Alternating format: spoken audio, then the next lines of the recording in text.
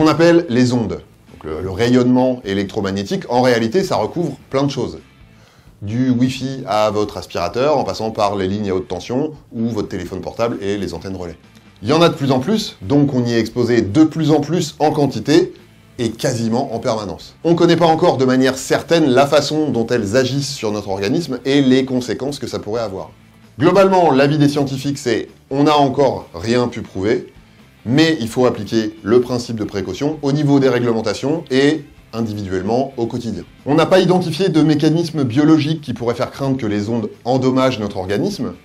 On ne sait pas précisément ce qu'elles font dans notre corps, si vous voulez, mais on sait quand même qu'en cas d'exposition prolongée et rapprochée, notamment, il y a un effet électrique et un effet thermique. Les ondes peuvent entraîner un réchauffement et des microchocs électriques qui pourraient perturber nos cellules et l'ADN qu'elles contiennent, mais on ne sait pas si ce serait durable ou si notre organisme peut réparer ça, comme c'est souvent le cas. Donc, on n'a pas de vision sur les conséquences à long terme, mais ça pourrait concerner la peau, les terminaisons nerveuses, voire plus profondément en fonction de leur capacité à pénétrer dans les tissus. On sait aussi que les antennes relais, dont on parle pas mal en ce moment avec la 5G, pour le coup, elles ont un rayonnement qui est dangereux, mais on sait aussi que ce rayonnement, il diminue quand on s'éloigne. C'est d'ailleurs là-dessus que sont basées les réglementations.